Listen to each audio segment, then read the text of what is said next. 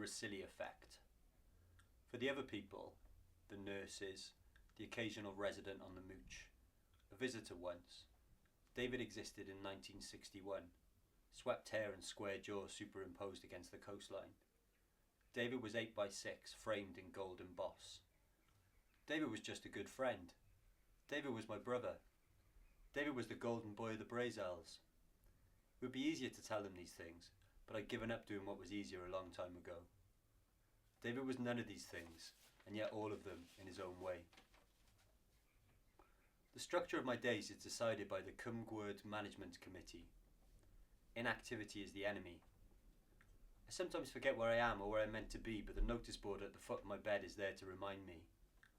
Your days at Green Pines follow the Pisces formula, where P stands for people, we say back. I tell them he is my David. They busy themselves. We met on that beach, that's how I picture it now. The past is putty and it's mine to mould. I've earned that at least. He always said that we couldn't change the past, but the future was ours to live, ours to love. It's different now. Why cry about spilt milk, Braze? Let the fuckers break their neck in it. That crooked laugh. The Rhossili Effect, that's what we called it. There was something about the light down there, at sunrise, at sunset. It did voodoo tricks. The way it bounced off the sea back in our eyes and made everything hazy, different, not like real life back up those steps. It felt foreign to the rest of the town. We pretend we were tourists, not from there, out of towners in brand new windbreakers, our feet pinching from christening boots, heads held high. We played our little games, the rules are secret, only for us. No English today, Braze, not a peep. David had guessed that no one would bother a pair of French hikers, and as usual, he was right. We'd point to the menu in the Worm's Head Hotel, agreeing with a oui, correcting with a non. He'd do this shrug. I used to think his arms would fall out of their sockets. When he got bored, he got easily bored, always on to the next thing. He'd see how many dog walkers he could ask, "Où est le Big Ben?" before one of them bit. Me stood embarrassed and out of the way, smoothing a Labrador or hurling some driftwood into the sea. I sulked that day because of the rain. I'd always hated the rain. What are you doing in Wales then? We must have walked for miles and miles, up and over the down, slipping across the rocks to the beacon. David giving a mini lecture about the Bronze Age, me just lost in the views, not listening, looking across the sands, at the shipwrecks, the Devil's Bridge, the rocks snaking out into the sea, the thick raindrops rippling potholes in the wash. And then he was behind me, his hands on my waist turning me around, his stale breath on my chin. It was our island in the storm. I don't remember everything, not anymore.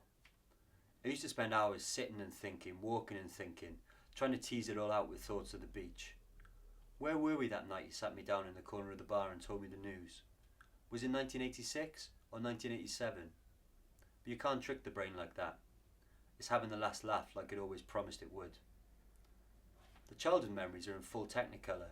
Cliched perhaps, but cliches have to start somewhere.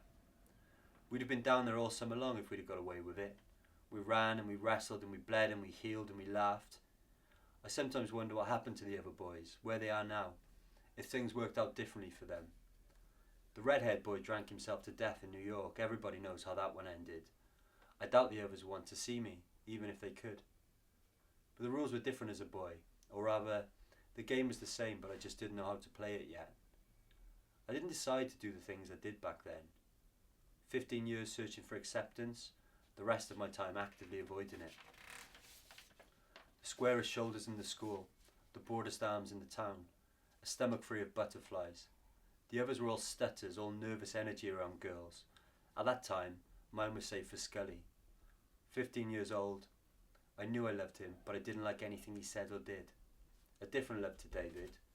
The other boys would talk and talk, playing, poking, but I'd say nothing. I learned that most of life can happen around you if you just say nothing. That's how I remember it anyway. Come on, Mr. Brazel, you know the words to this one. I want to be happy, but I won't be happy till I make you happy too.